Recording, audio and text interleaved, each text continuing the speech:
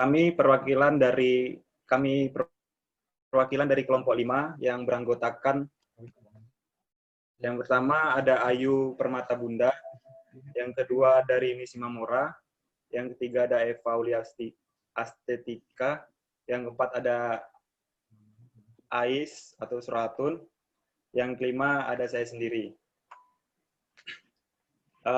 Kami dari kelompok 5 akan menjelaskan strategi pembelajaran. Yang pertama itu akan dijelaskan oleh Ayu Permata Bunda. Kepadanya kami persilakan. Baiklah, saya akan menjelaskan mengenai definisi dari strategi pembelajaran itu. Strategi pembelajaran adalah cara penyampaian materi oleh guru kepada siswa agar siswa tersebut dapat memahami materi pelajaran dengan baik. Sekian dan terima kasih. Saya kembalikan ke moderator.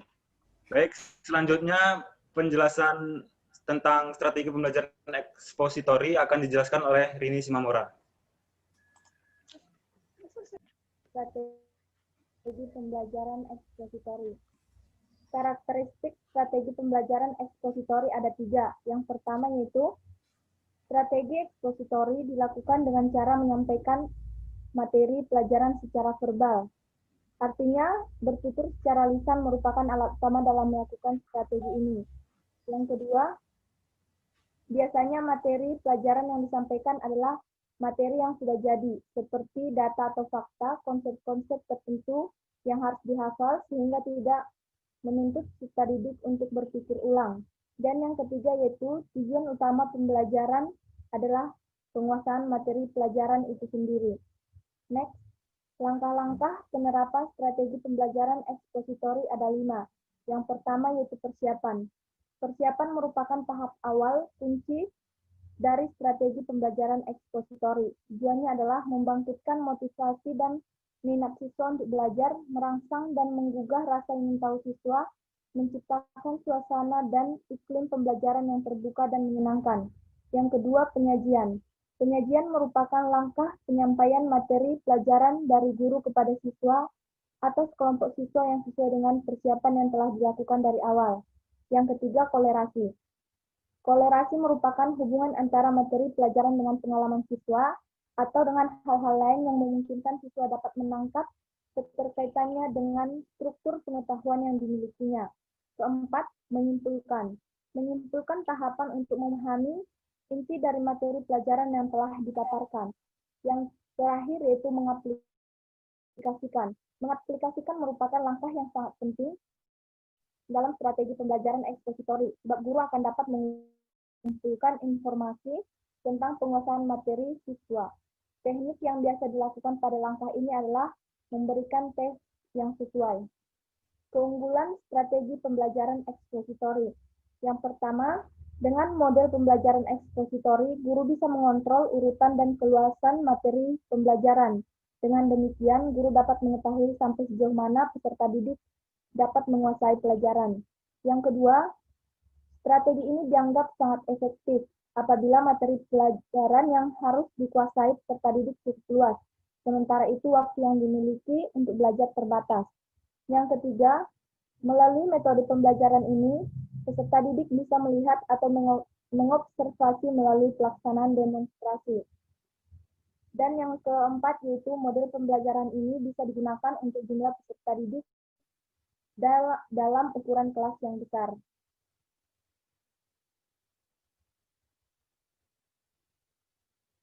Kelemahan strategi pembelajaran ekspositori. Selain memiliki kelebihan, strategi ini juga memiliki kelemahan, yaitu hanya dapat dilakukan terhadap siswa yang memiliki kemampuan dan menyimak secara baik. Untuk siswa yang tidak memiliki kemampuan seperti itu, dapat menggunakan strategi lain. Yang kedua, strategi ini tidak mungkin dapat melayani perbedaan setiap individu, seperti pengetahuan, minat, bakat, dan lain-lain. Yang ketiga, keberhasilan strategi sangat tergantung kepada apa yang dimiliki guru, seperti persiapan, pengetahuan, rasa percaya diri, semangat, motivasi, dan lainnya. Dan yang terakhir yaitu, oleh karena gaya komunikasi, strategi pembelajaran lebih banyak terjadi satu arah, maka kesempatan untuk mengontrol pemahaman siswa akan materi pembelajaran akan sangat terbatas. Sejarah strategi pembelajaran ekspositori. Istilah ekspositori berasal dari konsep eksposisi yang berarti memberi penjelasan. Roy Killen, seperti yang dikutip oleh Wina Sanjaya, menamakan strategi pengajaran ekspositori ini dengan istilah pengajaran langsung atau direct instruction. Terima kasih kepada Rini. Selanjutnya, penjelasan selanjutnya akan dijelaskan oleh Eva Aulia Astifika. Selanjutnya kami persilakan. Baiklah, saya akan menjelaskan mengenai strategi pembelajaran heuristik. Nah, pembelajaran ini merupakan rangkaian proses pembelajaran yang menekankan pemikiran siswa untuk berpikir analisis serta kritis dalam permasalahan yang ada untuk menemukan jawaban. Nah, pada pembelajaran ini, siswa harus aktif, yang artinya berusaha mengetahui dan menemukan sendiri terhadap masalah-masalah yang disampaikan guru dengan menggunakan pengetahuan dan pengalaman yang dimiliki sebelumnya. Nah, karakteristik dari strategi pembelajaran heuristik ini yang pertama yaitu pengembangan kemampuan berpikir, latihan meningkatkan kemampuan dalam praktek, dan yang ketiga yaitu latihan menemukan sesuatu. Baiklah, untuk langkah-langkah strategi pembelajaran heuristik yang pertama yaitu memahami masalah. Artinya, siswa diarahkan untuk memahami konsep sehingga dapat menggambarkan fenomena yang ada dan memiliki kreativitas yang baik.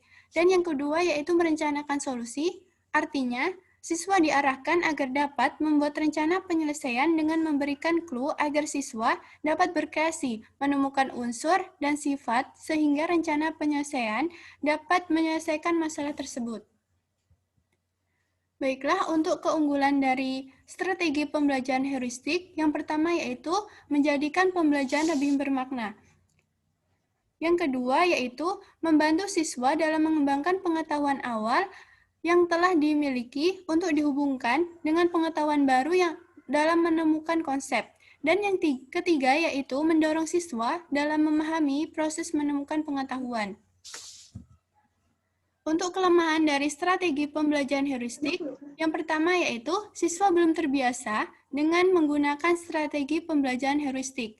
Dan yang kedua yaitu cukup menyita banyak waktu untuk membiasakan penggunaan strategi pembelajaran heuristik ini. Yang terakhir yaitu adalah sejarah strategi pembelajaran heuristik. Nah, sejarahnya, heuristik ini berasal dari bahasa Yunani yang berarti menemukan, di mana ini berarti suatu teknik berbasis pengalaman yang membantu dalam pemecahan masalah. Para psikolog sebelumnya telah melakukan penemuan. Baik, selanjutnya akan dijelaskan oleh Suratun Aisyah. Baiklah, di sini saya akan menjelaskan tentang strategi pembelajaran induktif. Yang pertama, pengertian strategi pembelajaran induktif. Strategi pembelajaran induktif adalah strategi belajar dengan materi atau bahan pelajaran yang diolah mulai dari yang khusus ke yang umum. Generalisasi atau rumusan. Strategi pembelajaran induktif adalah sebuah pembelajaran yang bersifat langsung tapi sangat efektif untuk membantu siswa mengembangkan keterampilan berpikir tingkat tinggi dan keterampilan berpikir kritis. Karakteristik strategi pembelajaran induktif.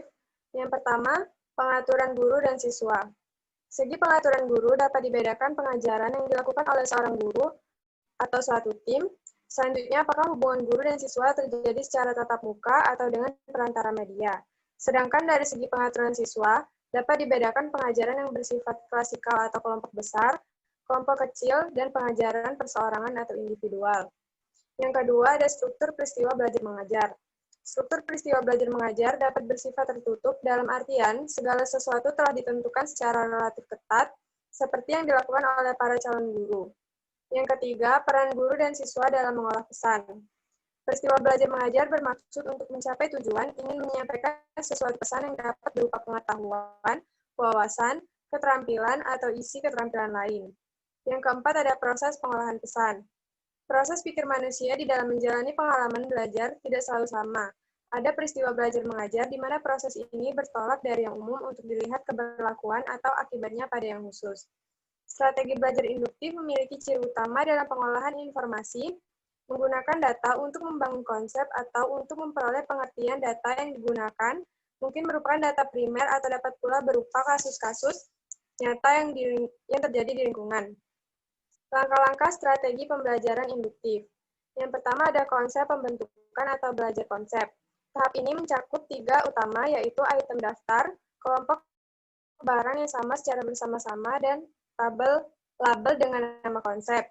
Yang kedua ada interpretasi data strategi. Keduanya merupakan cara mengajarkan bagaimana menginterpretasi dan menyimpulkan data. Yang ketiga ada penerapan prinsip-prinsip. Strategi ini merupakan kelanjutan dari strategi pertama dan kedua. Setelah siswa dapat merumuskan suatu konsep, menginterpretasikan dan menyimpulkan data, selanjutnya mereka diharapkan dapat menerapkan suatu prinsip tertentu ke dalam suatu situasi permasalahan yang berbeda. Kelebihan strategi pembelajaran induktif, yang pertama, mengembangkan keterampilan siswa. Yang kedua, menguasai materi yang diajarkan secara tuntas. Yang ketiga, mengajarkan siswa berpikir. Yang keempat, melatih siswa bekerja sistematis, memotivasi siswa dan dalam kegiatan belajar.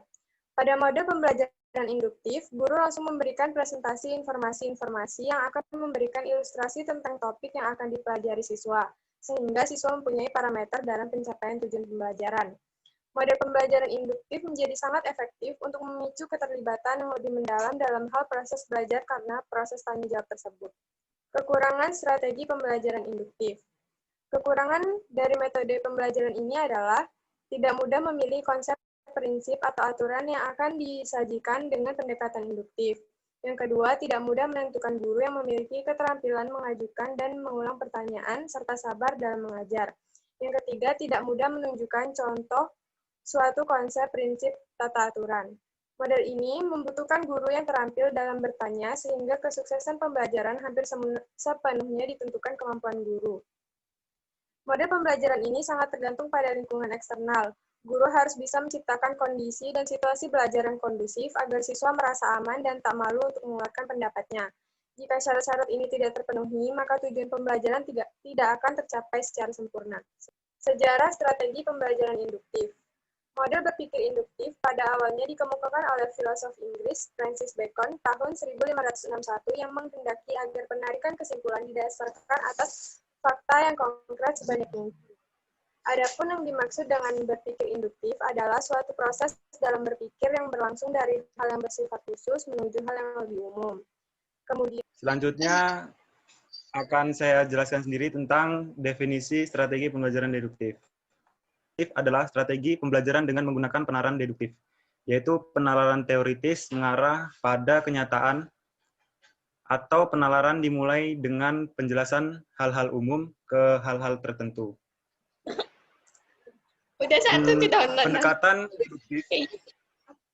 Pendekatan deduktif sebagai suatu cara mengajar yang dikembangkan berdasarkan penalaran deduktif.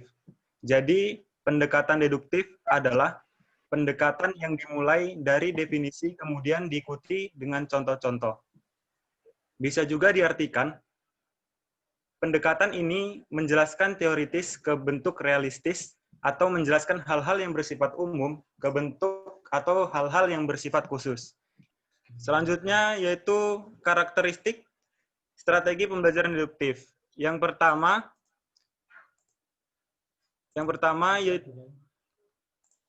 yaitu pembelajaran yang menekankan pada guru. Kemudian yang kedua, dilandasi suatu pemikiran pokok persoalan dan konsep dasar. Karakter yang ketiga, menjelaskan hal-hal yang bersifat umum ke bentuk atau hal-hal yang bersifat khusus. Yang keempat, yaitu lebih menekankan ingatan siswa. Ya ini tadi yang saya sudah jelaskan pada poin yang kedua, bahwa guru itu harus meningkatkan atau menekankan sebuah ingatan siswa. Kenapa demikian? Karena guru yang paling aktif di kelas dan siswa cenderung pasif. Next, langkah-langkah strategi pembelajaran deduktif. Yang pertama yaitu pengajar memilih pengetahuan untuk diajarkan. Jadi, yang kedua, tentang pengajar memberikan pengetahuan kepada siswanya. Setelah guru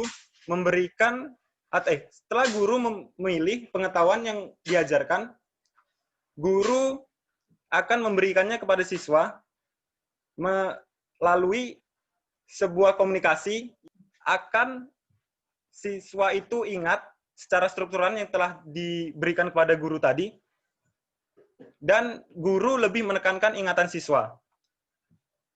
Selanjutnya,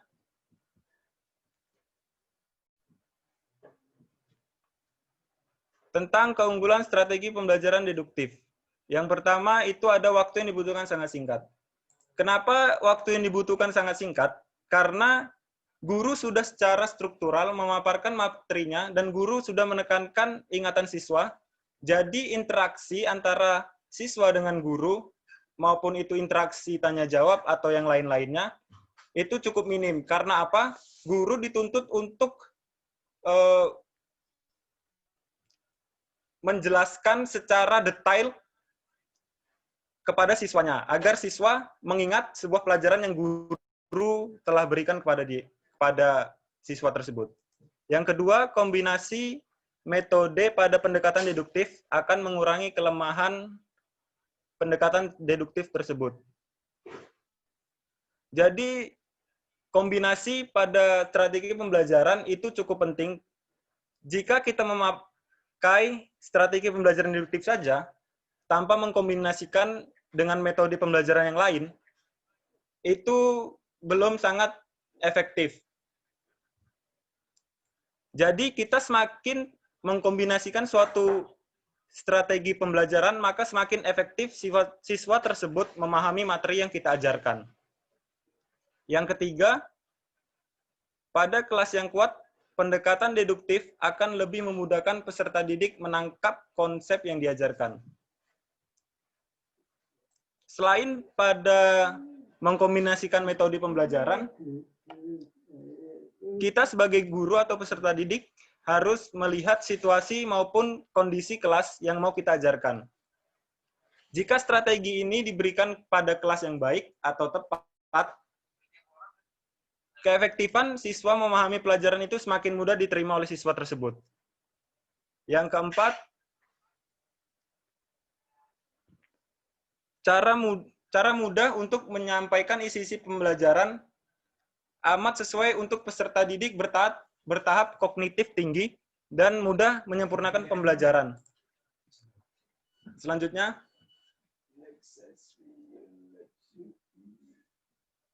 sejarah strategi pembelajaran deduktif. Yang pertama, strategi pembelajaran deduktif sesuai dengan teori pembelajaran Opera Conditioning yang ditemukan oleh B.F. Skinner. Jadi, B.F. Skinner ini menjelaskan bahwa pembelajaran telah disebabkan karena adanya hubungan antara perilaku dengan konsekuensi-konsekuensinya, atau terjadinya hubungan antara stimulus dan respon. Bila perilaku dan konsekuensinya menyenangkan, maka perilaku tersebut akan sering dilakukan. Demikian juga jika hal sebaliknya itu terjadi, maka perilaku tersebut tidak akan kerap kali terjadi. Oke, saya akan menjelaskan mengenai strategi pembelajaran efektif. Menurut saya, strategi pembelajaran efektif itu dari keempat strategi yang telah dijelaskan di atas dapat saya simpulkan.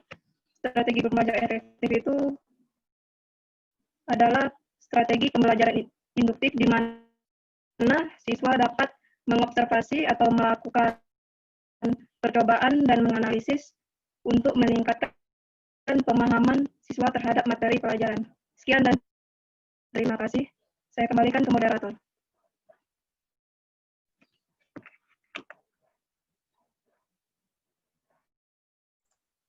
Demikian persentase yang kelompok kami berikan